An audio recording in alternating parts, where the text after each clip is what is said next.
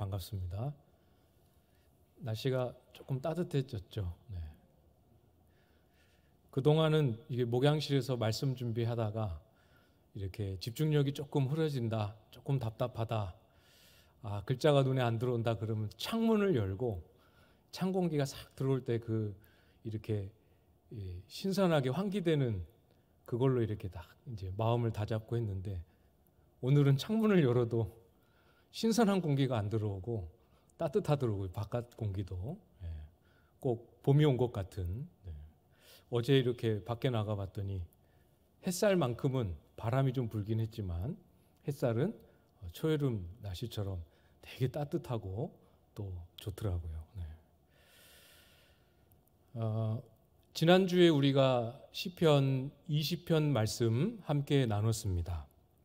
다윗이 기록한 시편이지만 다윗이 기도하는 용도 또 내용이라기보다 백성들이 전쟁을 앞두고 하나님 앞에 나아가는 또 출정하는 왕과 그 군대를 바라보면서 하기를 원하는 기도의 내용, 그것이 시편 20편이다 이렇게 말씀을 드렸었죠. 오늘 나눌 시편 21편은 아주 이렇게 시편 20편과 하나의 시편이라고 붙여놓고 봐도 될 만큼 잘 연결이 되어 있습니다. 시편 20편이 전쟁을 앞두고 나아가는 왕을 위한 기도라고 우리가 말씀드렸죠. 21편은 전쟁을 마치고 돌아오는, 전쟁을 승리로 이끌고 돌아오는 왕과 그 군대를 바라보는 백성들이 하는 기도문으로 또 이렇게 21편을 기록했습니다. 그러니까 하나의 시편이라고 해도 너무 잘 어울리고 이렇게 딱 나눈 것도 굉장히 적절한 이렇게 분리인 것 같아요. 그러니까 이 시편을 이해하고 묵상하실 때 그 장면을 떠올리시면 괜찮을 것 같아요. 백성들이 이렇게 쫙 모여서 왕과 그 왕의 군대가 전쟁을 마치고 이제 이스라엘로 이렇게 돌아오는, 귀환하는 그 장면을 백성들이 이렇게 바라보면서 이 시편 21편으로 승리했으니까 기쁨과 감격 가득한 마음으로 시편 21편을 낭독하면서 기도하고 경배하면서 왕을 맞이하는 그런 장면을 이렇게 연상하면서 이 21편 말씀을 묵상하시면 좋을 것 같아요. 조금 들어가 볼까요? 1절 말씀을 보시면 여호와여, 왕이 주의 힘으로 말미암아 기뻐하며 주의 구원으로 말미암아 크게 즐거워하리이다. 왕이 기뻐하고 있습니다. 크게 즐거워하고 있습니다. 이게 한글 번역에서는 우리 한글 특성상 중간이 없잖아요. 미래면 미래고 현재면 현재고, 그래서 불가피하게 미래 시제로 번역했습니다. 그래서 즐거워하리이다 이렇게 번역을 했어요. 그런데 이게 틀린 건 아니지만 앞으로 즐거워할 것입니다, 즐거워하겠습니다, 즐거워하게 될 것입니다 이렇게 고백할 때 조금 아쉬운 부분은 뭐겠습니까? 미래에 즐거워하고 기뻐할 것은 틀림없는데 지금 즐거워하는지 기뻐하는지는 한글의 시제에서는 명확하게 안 드러나요. 재밌게도 이 히브리 원문의 문법에는 미래 시제인데 현재가 포함된 그런 시제가 있다고 합니다. 그래서 이게 그런 시제로 쓰여진 거예요. 앞으로 기뻐하고 앞으로 즐거워할 것입니다, 이 의미만 있는 게 아니고 지금 돌아오고 있는 왕이 매우 기뻐하고 크게 즐거워하고 있는데 앞으로도 이 기쁨과 즐거움이 사라지지 않고 지속될 것입니다. 계속해서 기뻐할 것입니다. 이렇게 고백을 하고 있는 거죠. 전쟁에서 승리하고 돌아오는 순간이기 때문에 그런 상황을 놓고 보면 당연히 기쁠 수 있겠지만 앞으로 얼마나 많은 전쟁을 감당해야 될지 모르는데 한 번 이겼다고 앞으로 쭉 기뻐할 수 있다? 즐거워할 수 있다? 도대체 어떤 은혜가 있으면 이렇게 넘치는 희락이 사라지지 않을 것을 이렇게 확실하게 확신에 찬 마음으로 고백할 수 있을까요? 무엇이 있길래, 어떤 은혜가 있길래 이렇게 고백할 수 있을까요? 기쁨의 근원, 기쁨의 이유가 무엇인지를 제대로 알면 이렇게 고백할 수 있습니다. 기쁨이 안 사라지는 거죠. 2절에 보면 그 내용이 조금 더 잘 소개가 되어 있습니다. 마음의 소원을 들어주셨다 이렇게 고백하죠. 입술의 요구를 거절하지 않으셨다 또 이렇게 고백합니다. 왕의 기도가 응답된 것이죠. 정확하게 표현하자면 왕의 기도가 응답됐다라는 표현보다 하나님이 왕의 기도를 응답해 주셨다. 본문에는 하나님이라는 주어가 아주 명시적으로 표현되어 있지는 않지만 이 의미상의 실제 주어는 하나님입니다.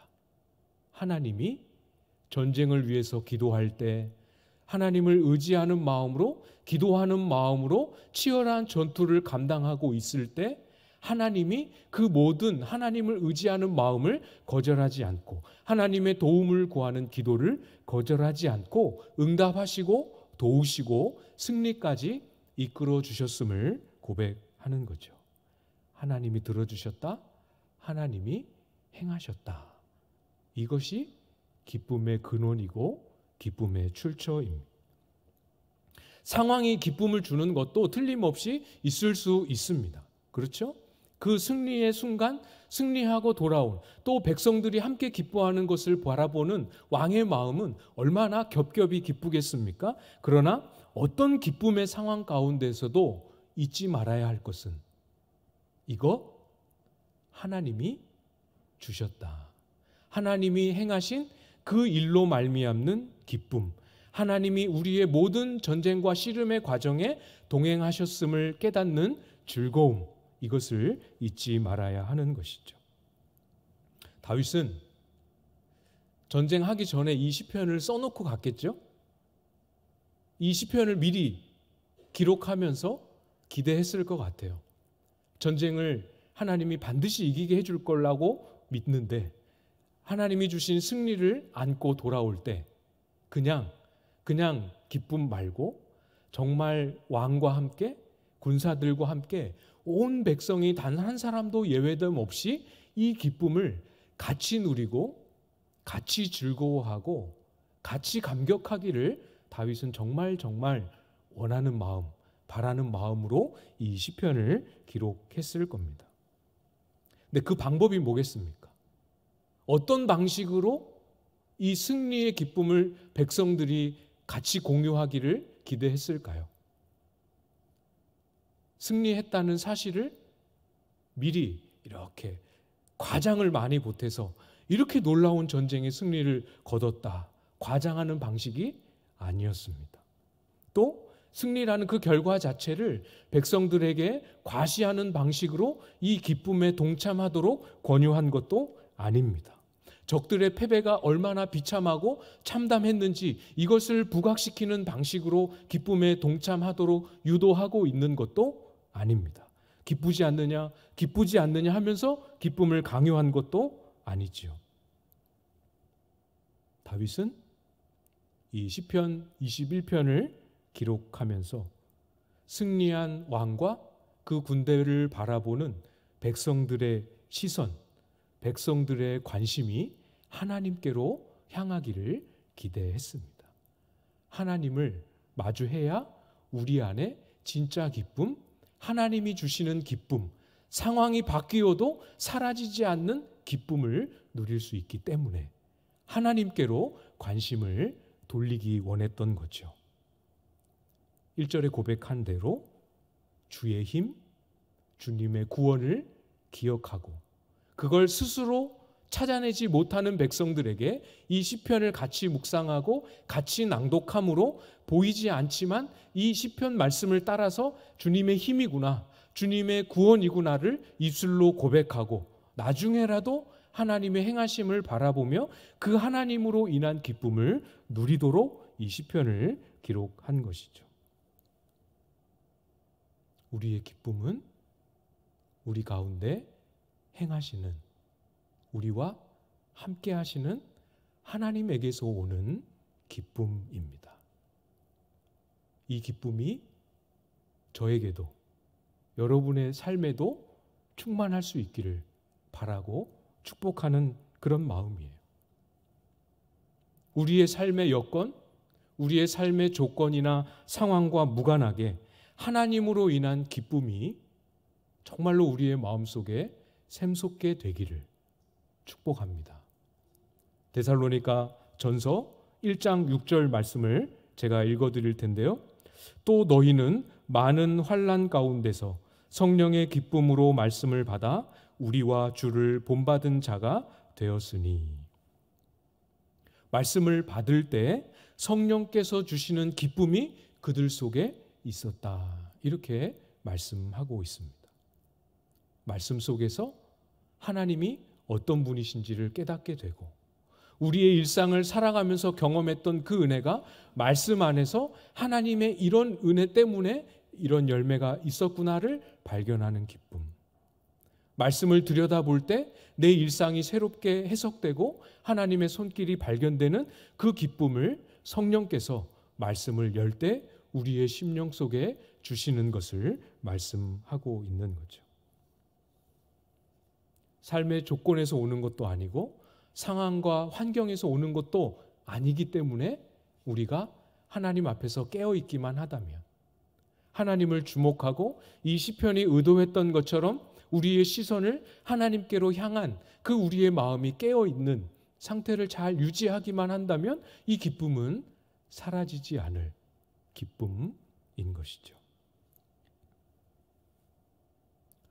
오해하지 않으셨으면 좋겠어요. 어려운 상황에도, 힘겨운 상황에도 기뻐해야 한다. 기뻐해야 한다고 했으니까 억지로 기쁨을 짜내는 것, 그런 의미로, 그런 이해로 받아들이지 않으셔도 되죠. 그런 의미로 적용하지 않으셔도 됩니다. 다시 한번 말씀드립니다. 말씀 속에서 우리의 삶의 자리에서 하나님이 행하시는 일, 하나님이 어떤 모습과 성품으로 우리에게 다가오시는지를 발견하고 마주하면 기쁨이 우리 속에 솟아나게 되어 있는 거죠. 새롭게 부어주시는 기쁨입니다. 주님 안에, 오늘 설교 제목처럼 주님 안에, 주 안에 있는 이 기쁨 같이 소망하고 기대했으면 좋겠습니다. 이 기쁨이 뭔지 아시는 분들도 이 중에 분명히 계시리라 생각이 돼요. 지금은 기뻐할 수 있는 상황은 아니지만 목사님 말씀하신 대로 이 시편이 가르쳐 주는 대로 상황은 그렇지 않지만 주님 앞에 엎드리면 엎드릴수록, 하나님을 생각하고 기억하면 기억할수록 그 기쁨이 제 마음에도 전해져 옵니다 하시는 분들도 있으시리라 기대합니다. 그런 기쁨을 누리고 계신다면 그 기쁨을 나누어 주시고 그 즐거움 가운데 행하는 순종의 열매를 공동체 가운데 많이 흘려 보내주시기를 부탁을 드립니다. 겉으로는 안 보여도 누군가는 그 열매를 자기도 모르게 먹고, 누군가는 그 기쁨의 영향을 자신도 모르게 받으면서 이 시편처럼 우리의 공동체 안에도 이 기쁨이 서로가 서로에게 흘러가며 함께 누려지는 은혜가 우리 가운데에도 임하게 될 줄로 믿습니다. 계속해서 살펴보면 3절 말씀인데요. 3절 말씀 우리 같이 한번 읽어보도록 하겠습니다. 3절 시작. 주의 아름다운 복으로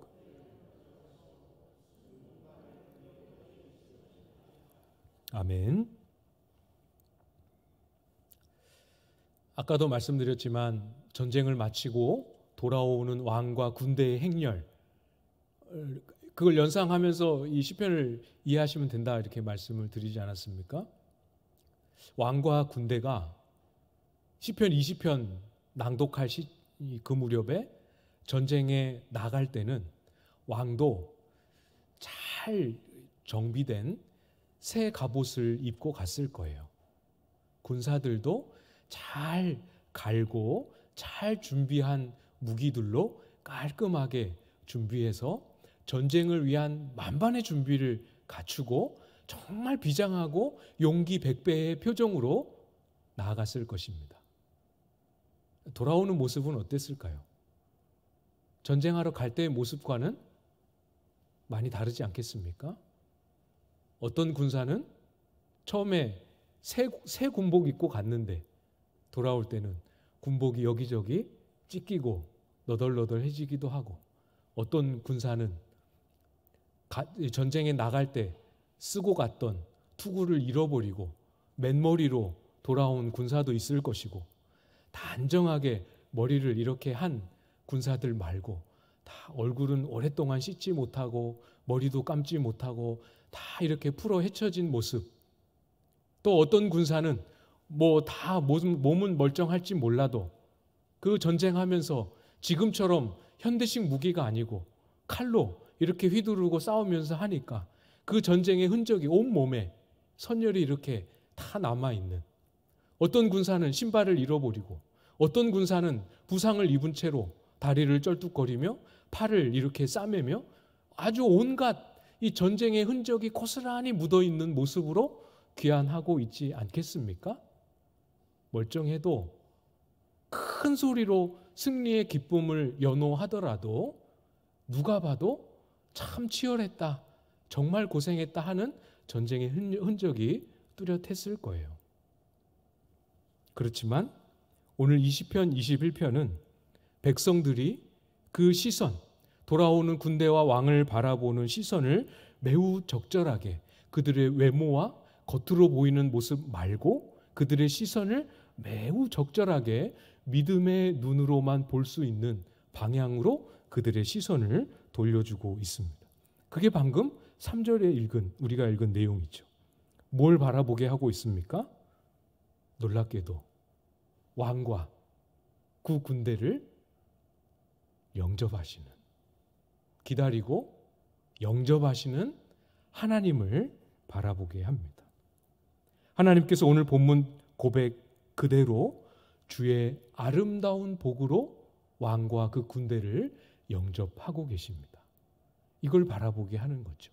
순금관으로, 진짜 금관을 씌웠다는 것이 아니라 그렇게 영광스러운 면류관으로 씌워주시는 그런 영화로움을 그 백성들에게, 그 군대에게, 왕에게 그렇게 칭찬과 존귀를 덧입히시는 그런 마음과 은혜로 기다리시고 영접하시는 하나님을 주목하게 하는 거죠.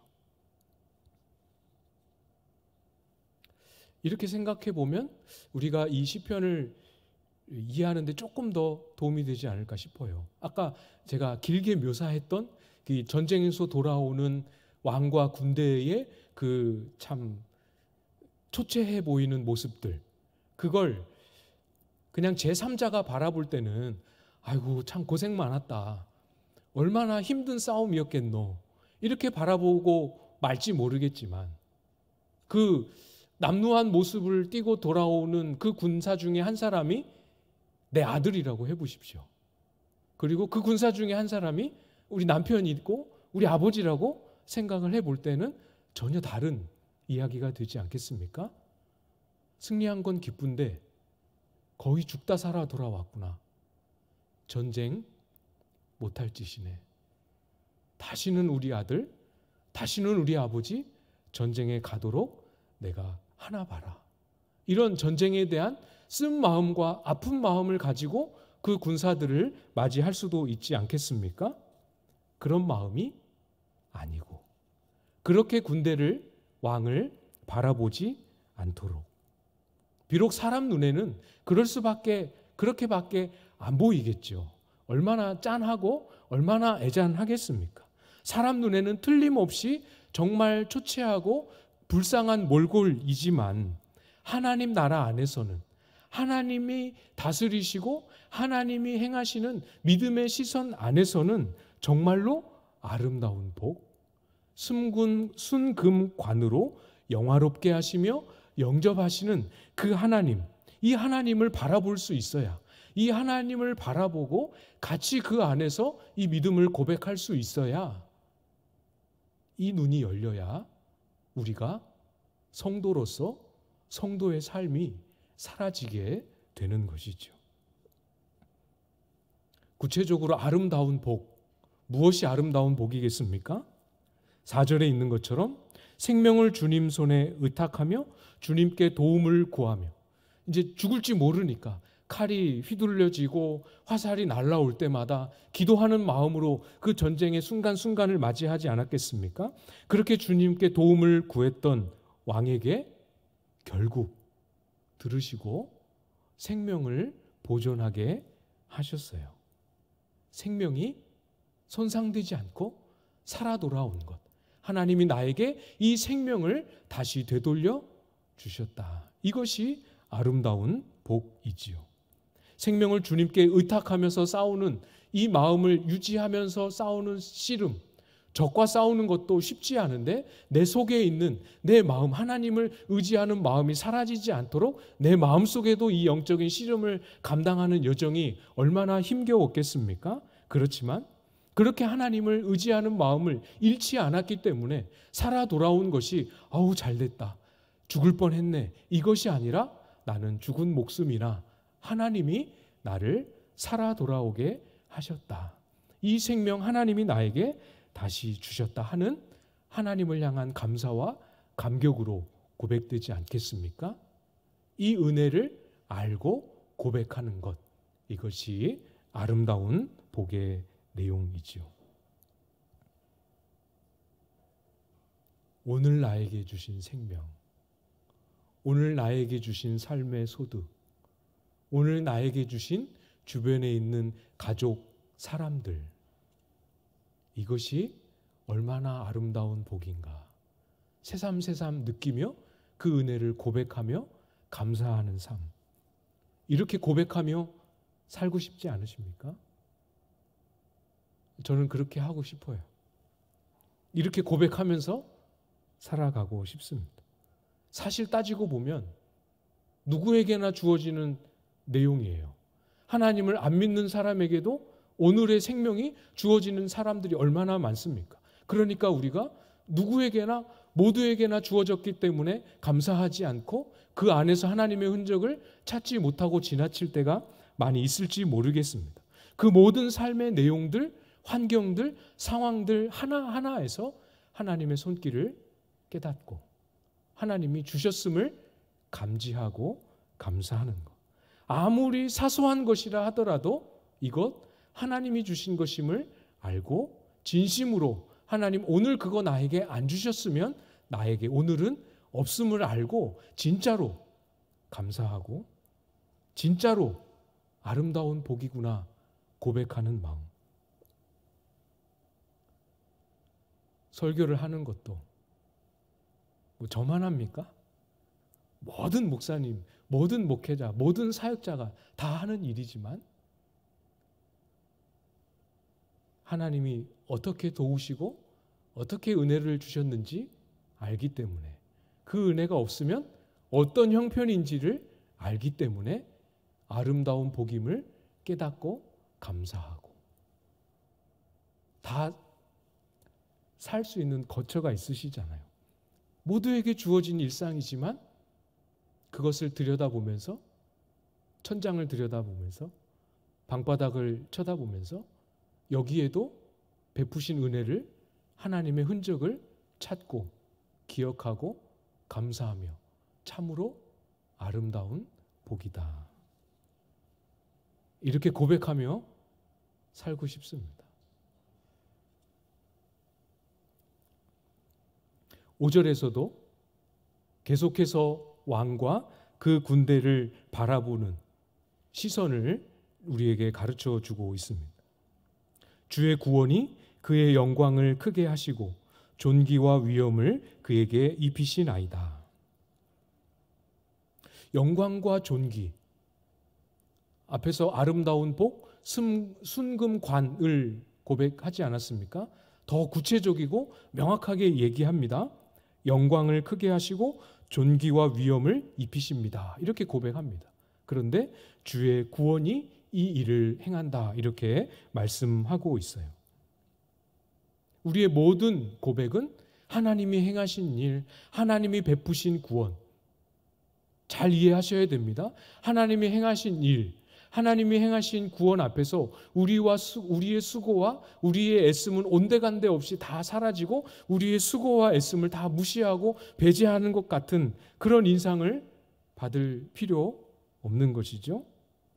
우리가 우리의 삶의 자리에서 큰 일이든 작은 일이든 사소한 일이든 정말 감사할 만한 일이든지 간에 하나님이 이렇게 행하셨습니다. 이거는 하나님의 구원의 열매입니다. 이렇게 감격하고 하나님께 공로를 영광을 올려드리며 하나님을 인정하고 고백할 때 하나님이 가만히 계시겠냐는 거죠.